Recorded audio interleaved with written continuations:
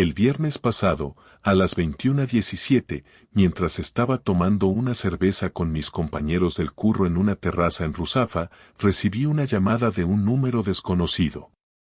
No suelo coger números que no tengo guardados, pero algo en mí, una mezcla rara entre intuición y paranoia, me hizo deslizar el dedo. ¿Marcos? Dijo una voz masculina, firme, pausada. No te conozco, pero hay algo que deberías saber. Y no quiero mandarte un mensaje. Esto hay que decirlo en persona. Así empezó todo. Pensé que era una broma. O alguna estafa. Le colgué sin decir palabra. Pero 2 minutos después, un mensaje entró. Soy Rubén. Vivo en tu edificio. Te espero ahora, en la planta baja del garaje. No tardes. Es importante. De repente, se me cerró el estómago. Rubén. El del tercero B. Apenas nos habíamos cruzado un par de veces. Era alto, joven, con pinta de hacer CrossFit y de creerse más guapo de lo que era. Clara, mi mujer, solía decir que era demasiado intenso y que una vez se le quedó mirando demasiado rato en el ascensor. No le di importancia. Pero esa noche, algo no encajaba. El tono. El momento. ¿Qué podía tener que decirme ese tipo a mí, y por qué con tanta urgencia?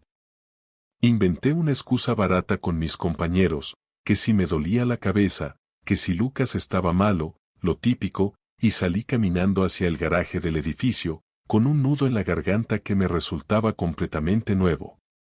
Lo encontré apoyado en su coche, con una expresión que me costó descifrar, mezcla de culpa, prisa y algo de lástima. Me acerqué con cautela. No dije nada. Mira, empezó sin rodeos, bajando la voz. No sé cómo decirte esto. Y créeme que no quiero estar en esta situación, pero... Me cortó el silencio. Lo interrumpí sin querer. O sin querer queriendo. ¿Ha pasado algo con Clara? Él desvió la mirada. No sé cuánto tiempo lleva, ni si lo sabes, pero yo he estado con ella. Con tu mujer. Me enteré hace 2 días de que estaba casada. Me enseñó una foto tuya de refilón, no sabía que vivíamos en el mismo edificio hasta que coincidimos en el ascensor el otro día. Pensaba que estaba separada. De verdad. Me quedé quieto. Rígido. No reaccioné. Ni un grito, ni un puñetazo, ni un insulto. Solo un zumbido en los oídos. Como si todo se hubiera apagado, excepto ese puto pitido. Rubén siguió hablando, pero yo ya no escuchaba. Vi sus labios moverse, su cara cambiar de gesto, su voz bajar aún más, pero yo solo pensaba en una cosa, así que era él. ¿Sabes esa sensación cuando algo encaja demasiado bien? Como cuando pierdes algo durante semanas y de repente lo ves en el sitio más lógico del mundo. Así sentí yo el momento. No fue sorpresa. Fue confirmación. Las cenas que cancelaba a última hora. Las duchas largas cuando volvía del gimnasio. Esa vez que la vi maquillada un domingo por la mañana y me dijo que era porque iba a ver a su madre al hospital. Las bromas sin gracia que me lanzaba últimamente, como si intentara que me distanciara por mi cuenta. La verdad ya no era una sospecha. Era una escena completa. Clara. El vecino. El ascensor. Las sonrisas que yo no vi. Las noches que fingió estar cansada. Todo se montaba como un puzzle que siempre estuvo delante de mí, pero con las piezas boca abajo. Y si decides contarle esto a ella, me da igual, dijo Rubén ya casi al final, tocándose el pelo con nerviosismo. Solo quería que lo supieras. No puedo seguir viéndote por el portal sin que lo sepas. Me estaba volviendo loco. Le dije lo único que me salió. Vete a la mierda. Y me fui caminando hacia el ascensor. Pero esa no fue la peor parte. La peor parte fue entrar en casa y verla a ella, sentada en el sofá, con una manta sobre las piernas, viendo una película de esas absurdas que siempre le gustaron. Me sonrió. Una sonrisa que vi 1000 veces. Esa sonrisa que me calmaba. Que me decía estoy en casa, contigo, todo está bien. Y ahora, esa misma sonrisa me pareció una máscara de payaso. Me revolvió el estómago. ¿Todo bien?, preguntó Clara, mientras bajaba el volumen con el mando. Sí, dije yo, sin mirarla. Fui directo a la cocina. Necesitaba respirar. Abrí la nevera. Cerré. Apoyé la cabeza en la puerta metálica. Notaba las pulsaciones en las sienes. A lo lejos, la oí reírse con alguna escena tonta de la tele. Y ahí fue cuando lo supe. Que mi vida, tal y como la conocía, se acababa de romper en dos. No dormí esa noche. Me tumbé en la cama al lado de Clara, mirando al techo, escuchando cómo respiraba tranquila, cómo se acomodaba entre las sábanas sin preocuparse por nada. Yo no podía cerrar los ojos sin ver su cara frente a la de Rubén, sin imaginarla bajando a su piso sin sujetador, con esa misma bata con la que solía venir a despertarme los sábados por la mañana. Me levanté 3 veces al baño solo para comprobar que seguía siendo real, que no era una pesadilla o una mala interpretación. Pero no. Esa imagen de él diciéndome yo he estado con ella se me repetía como un loop sin pausa. Cuando por fin amaneció, me duché sin hacer ruido, desayuné en silencio y me fui a trabajar antes de que ella abriera los ojos. No sabía qué iba a hacer ni cómo iba a afrontar la situación, pero sabía que no podía hacerme el loco. Pasé el día entero en la oficina sin concentrarme en una sola cosa. Todo lo que me decía la gente lo olvidaba en cuanto me lo decían. Mi jefe me pidió un informe y lo empecé 3 veces desde cero. A mediodía salí a caminar solo por el centro, dando vueltas sin rumbo, como si esperara encontrar algo que me dijera cuál era el siguiente paso. No quería hablar con nadie, no podía. Me daba vergüenza pensar siquiera en contarle esto a alguien. En mi cabeza estaba la idea de que si lo decía en voz alta, se volvía definitivo, como si aún tuviera una mínima posibilidad de estar equivocado. Pero no lo estaba. Lo supe cuando recibí otro mensaje de Rubén, esta vez sin rodeos, solo quiero saber si vas a hacer algo. No me interesa tu mujer, ya lo sabes, pero esto me está reventando la cabeza. No le contesté. Esa noche volví a casa con la decisión tomada. Iba a tirar del hilo. No quería hacer una escena sin tener más claro cuánto tiempo llevaba esto ocurriendo, cuántas veces había cruzado esa línea, si había sido con él solo o con otros antes. Porque después de todo, lo peor no era la traición, sino la duda de cuánto de nuestra vida había sido falsa. Clara estaba en la cocina, cortando verduras para una ensalada. Me besó en la mejilla al verme entrar, como si fuéramos la pareja perfecta. Me ofreció una copa de vino mientras hablaba de una reunión con unos clientes que había tenido por la tarde. Yo asentía, la escuchaba con atención fingida, grabando cada gesto, cada palabra, cada pausa. Era como ver a una actriz que se sabía su papel de memoria. Yo tenía que hacer de espectador hasta estar listo. Durante la cena, le hice una pregunta que parecía casual. Le pregunté si seguía usando el gimnasio del centro o si lo había cambiado por otro. Me dijo que seguía yendo al de siempre, pero ahora por la mañana, antes de entrar al despacho. Le pregunté si Rubén seguía trabajando desde casa, por decir algo, y ahí noté algo. Un parpadeo rápido. Una duda. Luego sonrió, como si nada. Me dijo que no lo veía desde hacía semanas, que apenas coincidían. Ahí confirmé lo que ya sabía, mentía. Y lo hacía bien. Muy bien. Clara no era de las que se enredaban con una mentira. La tenía ensayada. Estaba tranquila, segura, completamente cómoda con su doble vida. Eso me quemó por dentro más que cualquier imagen o suposición. No era un error, no era una noche de confusión. Era rutina. Era su nueva normalidad. Y yo, un actor secundario en mi propia casa. Esa madrugada, mientras ella dormía, me levanté y bajé al trastero. Abrí una caja donde guardaba cosas del trabajo, herramientas, cables, facturas viejas. Entre todo eso, estaba una pequeña cámara que usé una vez para grabar unas obras en el local de un cliente. No pensé que algún día la usaría para esto, pero esa noche la cargué, la configuré y la escondí detrás de una de las plantas del salón, apuntando hacia la puerta de entrada. No sabía si iba a haber algo, ni siquiera si tenía sentido, pero necesitaba confirmar por mí mismo hasta qué punto me estaban tomando por idiota. Los siguientes 3 días fueron un infierno silencioso. Clara se comportaba igual que siempre, incluso más cariñosa que de costumbre. Me mandaba mensajes al trabajo, me preparaba la comida con más mimo, y por las noches intentaba abrazarme en la cama. Yo respondía lo justo. No era capaz de tocarla sin imaginar sus manos tocando a otro. Empecé a revisar la grabación de la cámara en las mañanas, antes de ir al trabajo, y durante 2 días no vi nada extraño.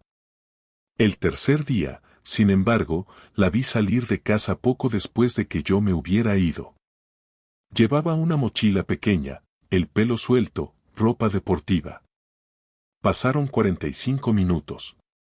Luego, la cámara captó la puerta abriéndose otra vez. Ella entraba con la cara ligeramente enrojecida, con el pelo recogido y la ropa diferente. No llevaba la mochila.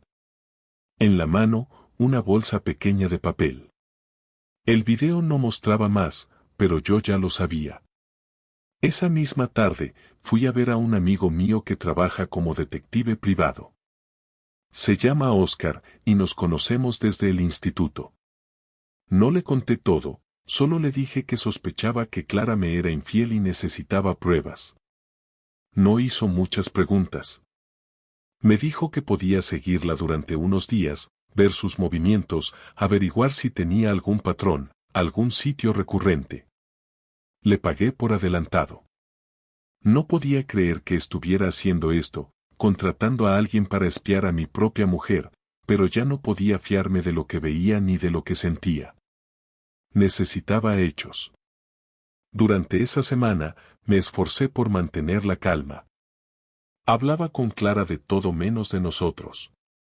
Ella parecía más relajada, como si ya se sintiera completamente segura de su engaño. Una noche me preguntó si quería irnos un fin de semana a Alicante, a desconectar un poco. Me sorprendió el gesto. Le dije que lo pensaría. Quería ver hasta dónde era capaz de mantener su papel. El jueves por la noche, Oscar me llamó. Su tono fue seco. Mañana por la mañana, a las 9:15, ella tiene una cita. La dirección es un piso en la calle Ángel Guimerá. Segunda planta. Lleva yendo 3 semanas, martes y viernes. Siempre entra sola. Sale 2 horas después. El resto te lo contaré cuando nos veamos. Pero te lo confirmo, no estás loco. Colgué sin decir nada. Sentí que todo el aire se me escapaba del cuerpo. Ya no había lugar a la duda. No había forma de taparlo, de justificarlo, de engañarme. Me había mentido en la cara, varias veces. Me había tocado con las mismas manos con las que acariciaba a otro.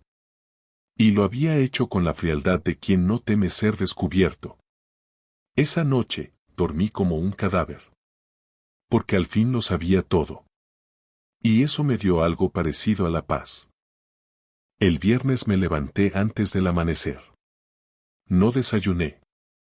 Me limité a vestirme, coger las llaves del coche y salir sin hacer ruido. No quería hablar con Clara, ni verla, ni fingir una sonrisa más. Llevaba la dirección que me había dado Oscar apuntada en una nota arrugada que había doblado y guardado en el bolsillo del pantalón. Mientras conducía por la avenida del Cid, el tráfico apenas empezaba a moverse. Sentía una calma forzada, como si el cuerpo supiera que algo grave iba a pasar pero no quisiera adelantarlo. Llegué al portal a las 9:05. Aparqué en doble fila y me quedé mirando la fachada, intentando imaginarla allí dentro, haciendo lo que yo ya sabía que hacía. Pasaban los minutos y cada segundo se me clavaba en el pecho como si me lo recordara: vas a verla, vas a saberlo todo.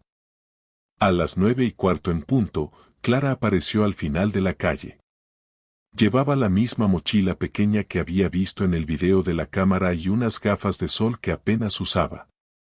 Caminaba deprisa, con ese paso suyo decidido, mirando el móvil. La seguí con la mirada hasta que desapareció por la puerta. No dudó, no miró atrás. Yo tampoco dudé. Bajé del coche y crucé la calle. Entré al portal un minuto después. No tenía un plan. No sabía si iba a esperar fuera, si iba a subir, si iba a llamar al timbre. Solo sabía que no podía quedarme quieto viendo cómo seguía mintiendo. El ascensor estaba ocupado, así que subí por las escaleras. En el segundo piso había 3 puertas. La de la izquierda estaba entreabierta y se oían voces. Me acerqué despacio y escuché el sonido de una risa femenina, su risa, mezclada con otra más grave que no reconocí. Di un paso más y la vi. Estaba en el pasillo, de espaldas a la puerta, descalza, recogiendo su pelo con una goma. Frente a ella, un hombre en camiseta se servía café en la cocina. Era Rubén. No necesitaba que se girara. Reconocí su voz al decirle algo que no entendí. Noté cómo la sangre me subía a la cabeza. Empujé la puerta con fuerza y entré. El ruido hizo que los dos se giraran a la vez. Clara se quedó paralizada, con la goma aún en la mano. Rubén dejó la taza sobre la encimera y retrocedió un paso. ¿Qué coño haces aquí?, dijo Clara, con una voz que no había escuchado nunca en ella, una mezcla de miedo y rabia. ¿Podrías empezar explicándome qué haces tú aquí?, le respondí, sin gritar, pero con un tono que no dejaba espacio para dudas. El silencio que siguió fue espeso. Rubén intentó decir algo, pero Clara le interrumpió con un gesto de mano.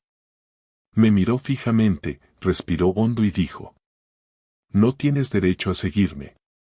No tienes derecho a irrumpir aquí. No tengo derecho, pero tú sí lo tienes todo, ¿no? El derecho a mentir, a dormir conmigo y con él al mismo tiempo, a jugar con mi vida como si no valiera nada.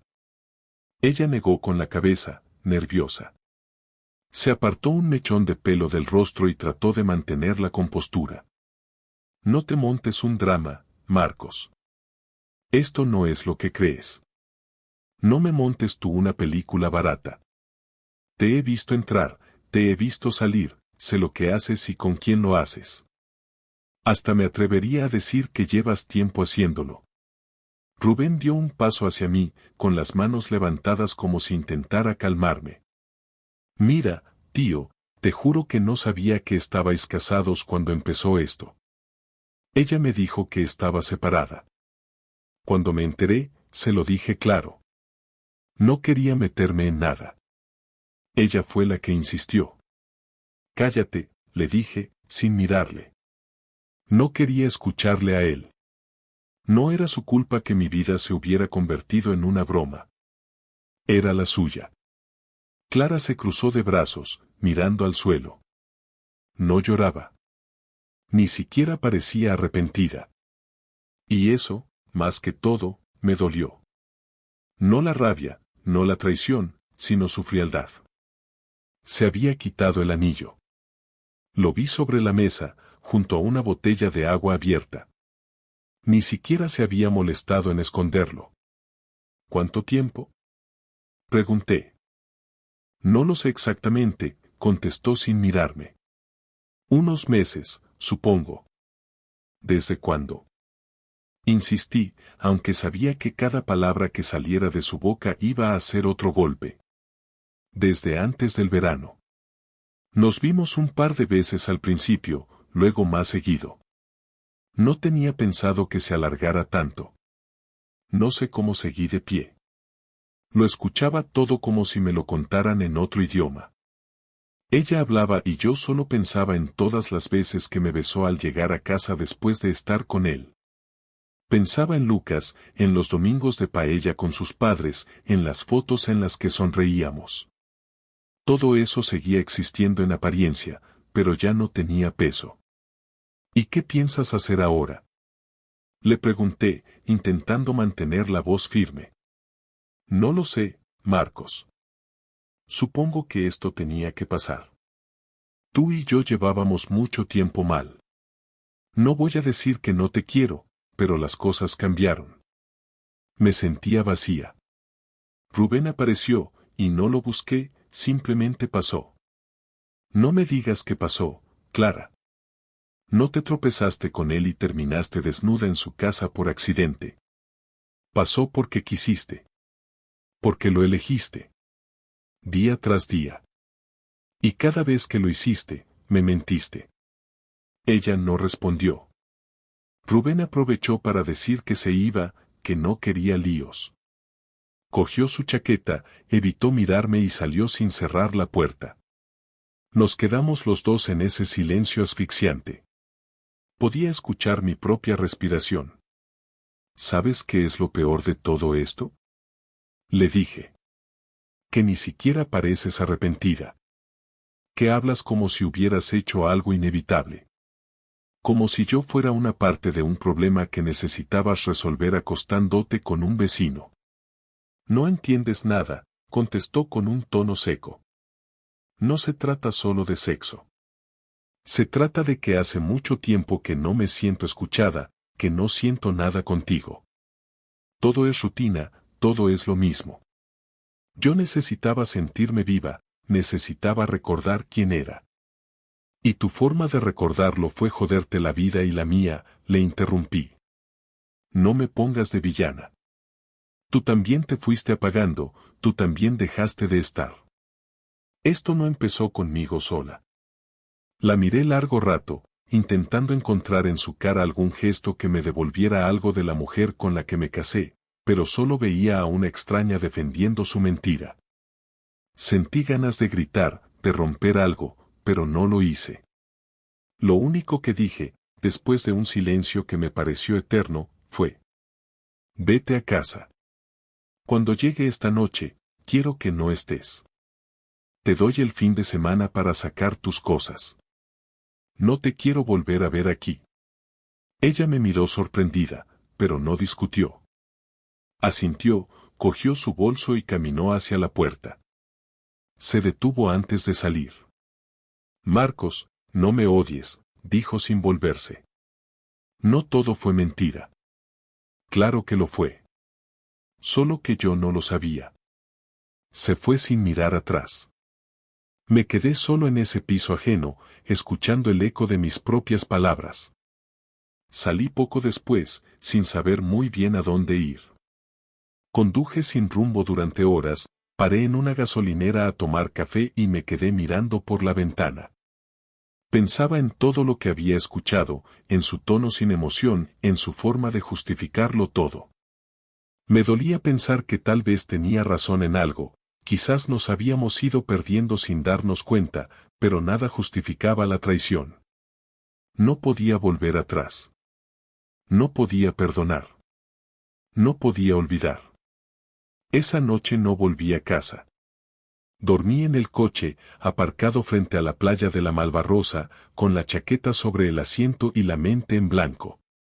A la mañana siguiente, cuando volví, el salón estaba vacío y su lado del armario también. Sobre la mesa del comedor había una nota: lo siento. No lo planeé así.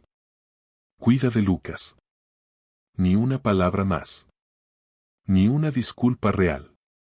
Solo ese lo siento vacío que no significaba nada. Encendí la televisión solo para escuchar ruido.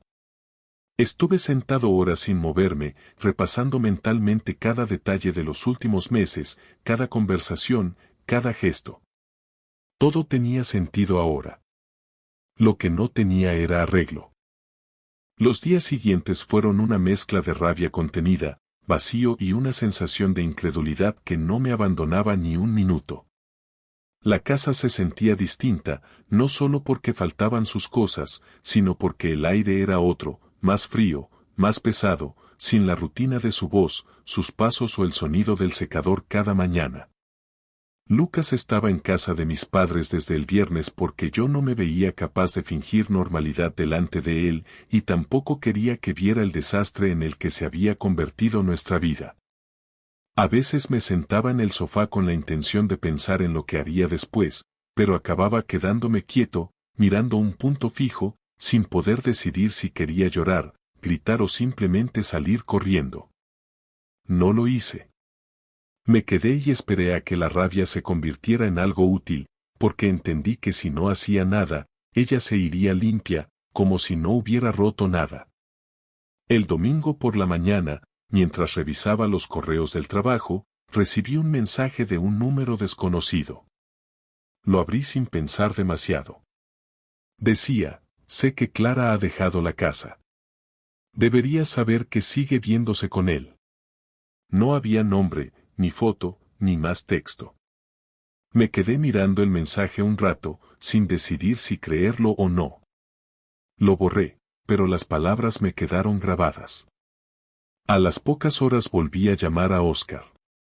Le pedí que siguiera vigilándolos, que quería saber dónde se veían, a qué hora y con quién más. Me preguntó si buscaba pruebas para un divorcio o si solo quería vengarme. Le dije la verdad. Quería ambas cosas. Le pedí que documentara todo, fotos, vídeos, ubicaciones. No lo dudó. Dijo que en una semana tendría material suficiente. Y lo tuvo. Cuando me llamó para enseñarme los resultados, fui a su oficina, una habitación pequeña con olor a tabaco y café frío. Me mostró un pendrive y un sobre con fotos impresas. En la primera, Clara y Rubén salían del mismo restaurante al que ella me había llevado por mi cumpleaños el año anterior.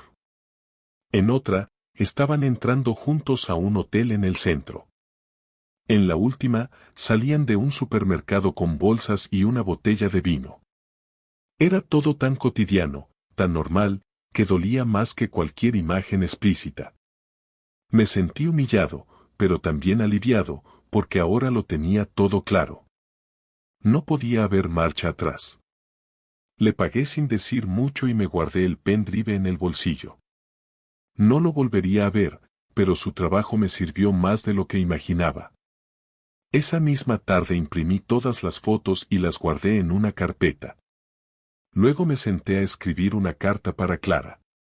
No era una carta romántica ni un texto de despedida, era una explicación fría de lo que iba a pasar.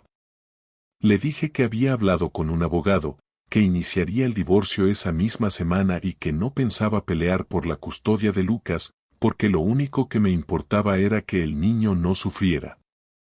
También le dije que no quería volver a verla, que cualquier asunto lo trataríamos por correo y que si intentaba contactar conmigo para justificar nada, no respondería. Al final de la carta añadí una línea que me salió casi sin pensar, no te deseo mal, pero ojalá algún día sientas lo mismo que me hiciste sentir. La doblé, la metí en un sobre y la dejé en el buzón del piso donde sabía que se estaba quedando con él. Durante los días siguientes empecé a planear lo que realmente sería mi venganza. No me bastaba con el divorcio, porque ella había jugado conmigo con la seguridad de que yo nunca haría nada. Sabía que me consideraba predecible, pasivo, incapaz de hacerle daño. Y eso era precisamente lo que quería romper. Decidí que su reputación, tan cuidada, tan impecable, sería lo que más le dolería perder. En su despacho era respetada, tenía clientes importantes, muchos de ellos conocidos míos, y una imagen pública que mantenía a base de prudencia y falsas sonrisas. Pensé en cada detalle y no dejé nada al azar. Escaneé las fotos, redacté un breve resumen con fechas y lugares, sin comentarios personales, sin insultos, sin emoción. Solo hechos. Imprimí copias y las envié desde una oficina de correos a su bufete, dirigidas al socio principal, y otra a su colegio profesional, con un texto anónimo que decía: una abogada no debería llevar su doble vida al trabajo. Sabía que eso bastaría para generar rumores y miradas incómodas, y aunque nunca podrían probar que fui yo, el daño ya estaría hecho. No me enorgullece, pero tampoco me arrepiento.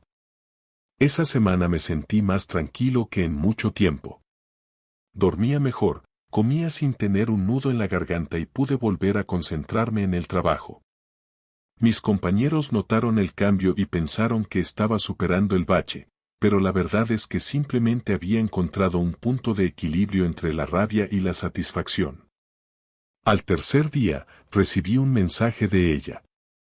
Era breve: sé lo que hiciste. No tenías derecho. No contesté. A los 10 minutos llegó otro: ¿te das cuenta de que estás destrozando mi carrera? Tampoco respondí. Me limité a apagar el teléfono y a seguir con mi vida. Había pasado demasiado tiempo intentando razonar con alguien que no entendía de límites. El viernes siguiente fui a recoger a Lucas al colegio. Tenía preparada una merienda y la intención de pasar el fin de semana con él, sin mencionar nada de su madre. Cuando lo vi salir, corriendo hacia mí con la mochila colgando, sentí un alivio que no esperaba. Me abrazó con fuerza y me preguntó si íbamos a casa. Le dije que sí, que habíamos hecho las paces con mamá y que todo estaba bien, aunque dentro de mí sabía que era mentira. No podía cargarlo con mi historia, ni convertirlo en testigo de una guerra que no le correspondía. Esa noche vimos una película, cenamos pizza y nos quedamos dormidos en el sofá. Por primera vez en semanas, me sentí útil. El sábado por la mañana, Clara apareció en la puerta. No la esperaba. Llevaba el rostro cansado y un gesto que mezclaba orgullo con desesperación. Lucas fue quien abrió y corrió a abrazarla, y eso me desarmó por un momento. Me pidió que saliéramos a hablar al rellano. Acepté, más por evitar una escena delante del niño que por ganas de escucharla. Cerré la puerta detrás de mí y esperé. No tienes idea del daño que me has hecho, empezó diciendo. He tenido que dar explicaciones en el despacho, y no sé cómo te enteraste de todo, pero lo que has hecho es una venganza miserable. El daño empezó antes, Clara. Lo mío fue solo el cierre de un ciclo que tú abriste, le respondí sin subir el tono. No me busques compasión, porque ya no me queda. Podrías haberlo hecho de otra forma. Podrías haberme dejado marchar sin hundirme. No soy una delincuente. No, solo eres una mentirosa. Y eso, en tu profesión, vale lo mismo. Se cruzó de brazos, respiró hondo y bajó la mirada. Por primera vez desde que todo empezó, parecía derrotada. No dijo nada más durante un rato, hasta que levantó la cabeza y preguntó si iba a permitirle ver a Lucas. Le dije que por supuesto, que eso no cambiaría, que él no tenía la culpa de nada. Asintió y murmuró un gracias antes de irse.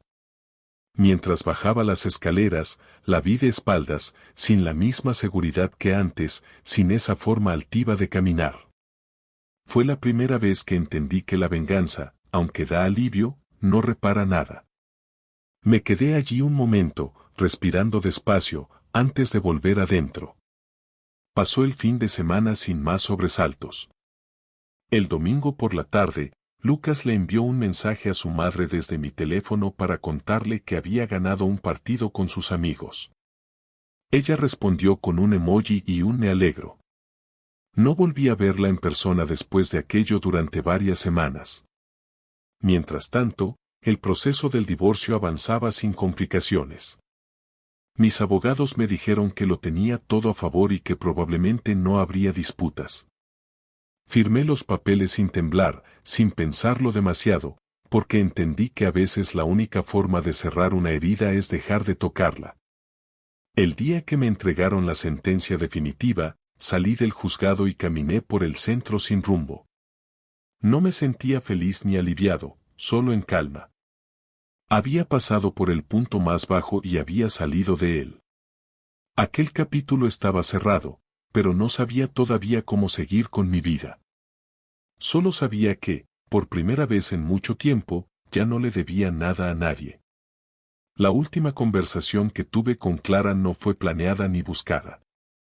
Ocurrió una tarde cualquiera, 2 semanas después de firmar el divorcio.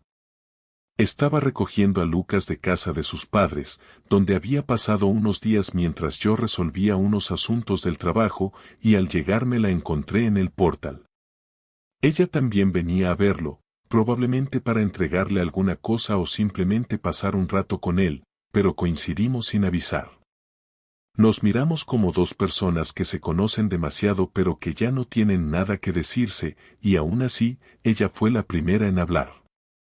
Me preguntó si podíamos hablar en privado. Le dije que teníamos 5 minutos. No lo dije con desprecio, solo con la certeza de que no quería abrir heridas que ya estaban en proceso de cerrarse. Nos sentamos en un banco al lado del parque infantil. Los niños jugaban con gritos y risas al fondo, mientras nosotros dos nos mirábamos con la distancia de quienes ya no comparten nada más que un apellido en los papeles del colegio. Clara estaba más delgada, o tal vez simplemente menos arreglada, con una expresión tensa que no supe si era culpa, orgullo herido o simplemente cansancio. Respiró hondo antes de empezar. No estoy aquí para justificarme, dijo ella, mirando al suelo. Solo quería cerrar esto bien. No sé si sirve de algo, pero necesito decirte algunas cosas. No contesté. Solo esperé a que continuara, aunque no tenía expectativas. Cuando empecé con él, no fue porque tú me faltaras. No fue porque me sintiera menospreciada ni porque fueras un mal marido. Sé que hiciste todo lo que pudiste. Me cuidaste, estuviste ahí, trabajaste, te ocupaste de todo.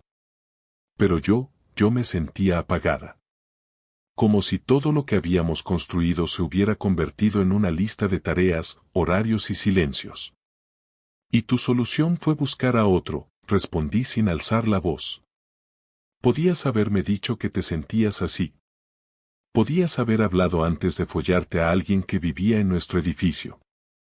Ella cerró los ojos un momento. No lloró. No parecía buscar compasión, y eso al menos lo agradecí.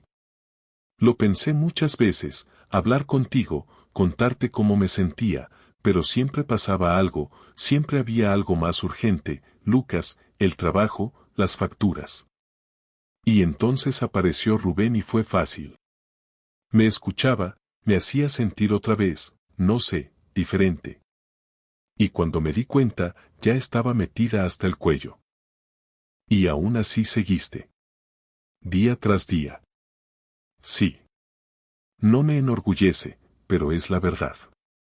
Sé que no tiene perdón, pero tampoco quiero justificarlo. Me equivoqué, y eso no cambia nada de lo que hicimos bien durante todos estos años. Eso es lo que más me jode, dije después de un silencio. Que tú sigues pensando que nuestra historia fue buena. Que hubo cosas que hicimos bien. Para mí, ya no hay nada rescatable. No sé si me entiendes. Tú aún puedes mirar atrás y rescatar momentos bonitos, pero yo, cada vez que pienso en una sonrisa tuya, me pregunto si ese día también estabas con él. Cada vez que recuerdo un cumpleaños, una noche juntos, un viaje, solo veo lo que no vi. Yo no puedo separar las cosas como tú. Clara asintió despacio. No discutió. Parecía entenderlo, aunque su expresión no mostraba alivio, ni acuerdo, ni arrepentimiento. Solo resignación. ¿Y ahora qué? Me preguntó sin rodeos. ¿Vas a rehacer tu vida? ¿Vas a buscar a alguien? No tengo prisa. Estoy reconstruyendo todo desde cero, no solo mi vida sentimental, sino como me veo a mí mismo. Me cuesta confiar. Me cuesta incluso pensar en volver a mirar a alguien con otros ojos. Esto me ha destrozado más de lo que pensaba, y no por la traición en sí, sino por todo lo que arrastró detrás. Yo vivía convencido de que las cosas podían arreglarse con diálogo, con tiempo, con voluntad. Pero ahora entiendo que cuando alguien decide traicionarte, lo hace sabiendo perfectamente lo que pierde. Y tú lo sabías. Y aún así lo hiciste. Ella no respondió de inmediato. Miraba al parque, como si buscara una excusa para terminar la conversación. Finalmente, dijo. Rubén y yo ya no estamos viéndonos. Terminó hace unos días. Fue insostenible. No era lo que yo pensaba. Ni él era lo que parecía, ni yo estaba preparada para cargar con todo lo que pasó. Me quedé sola. Y merezco estarlo. No supe qué decir. No me provocó alegría, ni alivio, ni ganas de insultarla. Solo pensé que esa información llegaba demasiado tarde y que ya no me servía de nada. ¿Y crees que eso cambia algo? Pregunté al cabo de un rato. No. Pero quería que lo supieras. Me levanté del banco sin mirarla a los ojos. Le dije que era suficiente, que ya estaba todo claro y que no necesitábamos más conversaciones. Le aseguré que Lucas estaría bien, que lo cuidaría como siempre, y que esperaba que ella hiciera lo mismo. Me fui caminando sin esperar su respuesta. Me sentí vacío, pero también más ligero. Como si por fin hubiera terminado de cargar con la necesidad de entenderla. Ya no me interesaba entenderla. Me bastaba con saber lo que hizo, y con haber sobrevivido a ello. Esa noche, después de acostar a Lucas, me senté en la terraza con una cerveza y una libreta en blanco. Empecé a escribir cosas sueltas, ideas, reflexiones, sin ningún orden. No buscaba hacer literatura, solo necesitaba vaciarme. Escribí sobre la traición, sobre la rabia, sobre lo que sentí el día que supe la verdad, y sobre cómo la decepción es más potente que el odio. También escribí sobre mi hijo, sobre lo que significaba para mí que él no viera esto como una derrota sino como un cambio, como un nuevo inicio. No sabía si iba a dejar que leyera todo eso algún día, pero me ayudó. Las semanas siguientes fueron distintas. La rutina volvió, pero con otro sabor. Me levantaba temprano, llevaba a Lucas al colegio, trabajaba, hacía la compra, cocinaba. A veces salía a correr por las mañanas para despejarme. Otras veces me quedaba tirado en el sofá sin ganas de nada. Pero al menos no vivía con la sensación constante de estar siendo engañado. Eso era una forma de paz. Un viernes por la tarde, mientras recogía a Lucas de un cumpleaños, me crucé con una madre del colegio que conocía de vista. Me saludó con una sonrisa, y me preguntó si estaba solo. Le dije que sí, y que ahora era yo quien se encargaba de casi todo. Ella hizo una mueca como de comprensión y dijo que si algún día necesitaba ayuda con los deberes o recoger a los niños, que no dudara en avisar. Le agradecí y seguimos hablando un poco más. Fue una conversación ligera, sin dobles intenciones, pero cuando me fui, me di cuenta de que por primera vez desde todo aquello, había sentido algo parecido a normalidad. No fue emocionante ni especial, pero fue humano. Por la noche, mientras Lucas dormía, volví a pensar en esa escena, en esa mujer hablándome como si nada estuviera roto, como si yo fuera simplemente otro padre más. Me pregunté si algún día volvería a confiar en alguien, si sería capaz de construir algo sin estar mirando por encima del hombro todo el tiempo. No tenía respuestas. Solo sabía que, aunque dolía, había empezado a moverme. Y que eso, después de todo lo que había vivido, ya era un avance. Después de aquella conversación con Clara, donde dijo que Rubén ya no estaba en su vida y que se había quedado sola, pasé varios días repitiéndome que eso no tenía importancia, que su vida ya no era asunto mío, que todo había quedado cerrado. Pero la verdad es que sí me afectó, aunque no como ella quizás esperaba. No sentí consuelo ni satisfacción, tampoco me provocó pena, simplemente reforzó la certeza de que ella nunca tuvo claro lo que quería. No fue una decisión madura ni un cambio planificado, Fue una huida mal hecha, un intento torpe de buscar fuera algo que ni siquiera entendía dentro. Haberlo perdido todo y quedarse sin nada era una consecuencia directa de sus actos, pero incluso sabiendo eso, no me daba alegría. A mí no me quedó nada por destruirle, ya lo había hecho todo y más. Lo único que quedaba era ocuparme de mí, de Lucas y de no volver a convertirme en el tipo que ignora señales y acepta migajas por miedo a romper lo que ya está roto. Volver a estar solo fue complicado durante las primeras semanas, no por falta de actividad, porque entre el trabajo, Lucas, la casa y los papeleos, apenas tenía tiempo de quedarme quieto, pero sí por los momentos vacíos, por los huecos donde antes había rutinas compartidas. La cena en silencio ahora era solo silencio, sin un segundo plato servido a alguien que ya no estaba. El sofá era demasiado grande. La cama, absurda.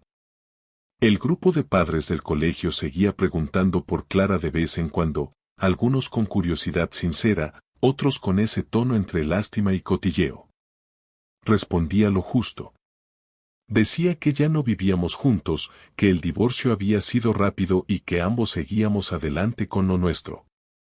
A nadie le importaba demasiado. Cada uno tiene su vida. Pero a mí todavía me costaba hablar de eso como si fuera una anécdota o algo que ya no arrastraba. Una tarde, mientras recogía a Lucas, me lo encontré llorando junto a la profesora. Me acerqué rápido, preocupado, pensando que se habría hecho daño o peleado con algún niño, pero al preguntarle, la maestra se acercó y me dijo en voz baja que al parecer había escuchado a otro niño decir que su madre se había ido con otro hombre y que eso había provocado una discusión. Cuando me agaché a su altura para preguntarle qué había pasado, él me miró con una mezcla de confusión y rabia, y me dijo, sin rodeos, que no entendía por qué mamá no vivía con nosotros, que otros niños tenían a sus padres juntos y que él solo quería que todo volviera a ser como antes. No supe qué contestar. Le abracé y le dije que íbamos a estar bien, que aunque las cosas hubieran cambiado, él nunca iba a estar solo. Esa noche, después de acostarlo, me quedé en la cocina pensando en cómo explicarle a un niño de 8 años que hay personas que no saben cuidar lo que tienen, que no todo se puede arreglar y que a veces los adultos cometen errores que no se pueden borrar. Me planteé llevarlo a un psicólogo, alguien que pudiera ayudarle a procesar lo que estaba pasando sin cargar con mis emociones ni con los detalles que no podía entender. Hablé con su pediatra, que me recomendó una terapeuta especializada en divorcios. Concerté una cita, y a la semana siguiente empezamos el proceso. Fue lo mejor que pude haber hecho. No solo por él, sino también por mí, porque en las sesiones me daban pautas, consejos, herramientas para manejar su tristeza sin proyectar la mía. A Clara le informé por correo, le dije que ya estaba en tratamiento, que era algo preventivo, no porque hubiera ningún problema grave. Me respondió con un gracias por ocuparte de todo. Avísame si necesita algo más. Ni una palabra más. Ella ya no quería entrar en los detalles. Había asumido que era yo quien estaba llevando el peso. Y lo estaba haciendo, pero no por ella, sino por Lucas y por mí. Con el paso de los días, empecé a notar que mi cabeza ya no giraba en torno a lo que pasó. Seguía ahí, claro, pero dejaba de ocupar todo el espacio. Volví a hablar con amigos a los que había evitado durante semanas, salí a cenar un par de veces, incluso me permití contestar mensajes que antes habría ignorado. No estaba buscando a nadie, no me interesaba rehacer mi vida sentimental en ese momento, pero al menos había dejado de sentir que todo estaba contaminado. La rabia había sido útil para levantarme, pero ahora ya no servía.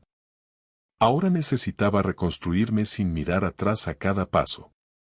Empecé a escribir todas las noches, nada elaborado, solo cosas que me venían a la cabeza, listas, recuerdos, ideas. No sé si algún día haré algo con eso, pero fue el primer hábito nuevo que sentí como mío. Un sábado por la mañana, Clara pasó a recoger a Lucas. Era la primera vez que venía a buscarlo desde que firmamos el divorcio. La vi desde la ventana y bajé con él. No subió.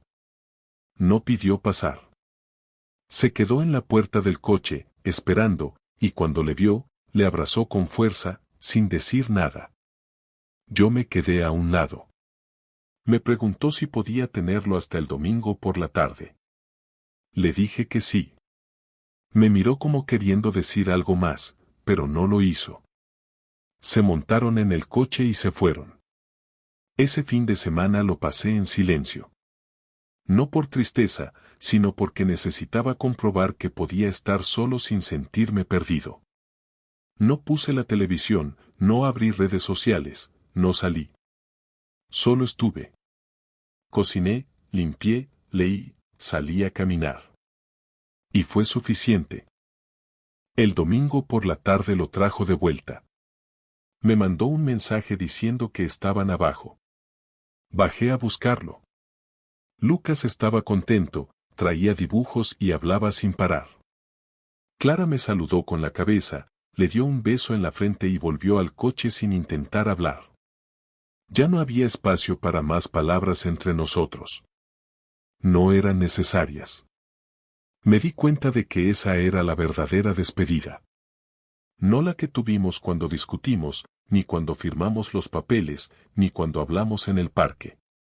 La despedida real fue esa, breve, sin tensión, sin lágrimas, sin disculpas. Solo dos personas que ya no compartían nada salvo un hijo y un pasado que no querían volver a tocar.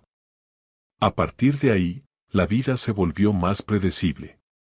No perfecta, no ideal, solo estable. Y eso me bastaba. Dejé de pensar en si ella sufría, si se arrepentía, si pensaba en mí. Ya no era mi problema. El dolor había pasado a ser una cicatriz. Una que me recordaba lo que viví, pero que ya no dolía al tocarla. A veces, en momentos de silencio, me venían imágenes de nuestra vida juntos, pero ya no me revolvían el estómago. Solo las reconocía como parte de un capítulo cerrado. No me hizo mejor persona, ni más fuerte, ni más sabio. Solo me hizo más consciente de lo fácil que es perderlo todo cuando confías en alguien equivocado. Hoy por hoy, no sé si volveré a confiar. No lo descarto. Solo sé que ahora escucho más, observo más, y sobre todo, ya no ignoro lo que antes prefería no ver.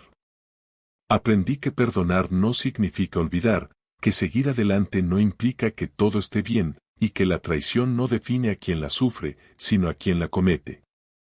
No busco redención, ni justicia poética, ni finales de película. Lo que tengo es suficiente, tranquilidad, una rutina limpia, y la certeza de que ya no vivo en una mentira. Con eso me basta.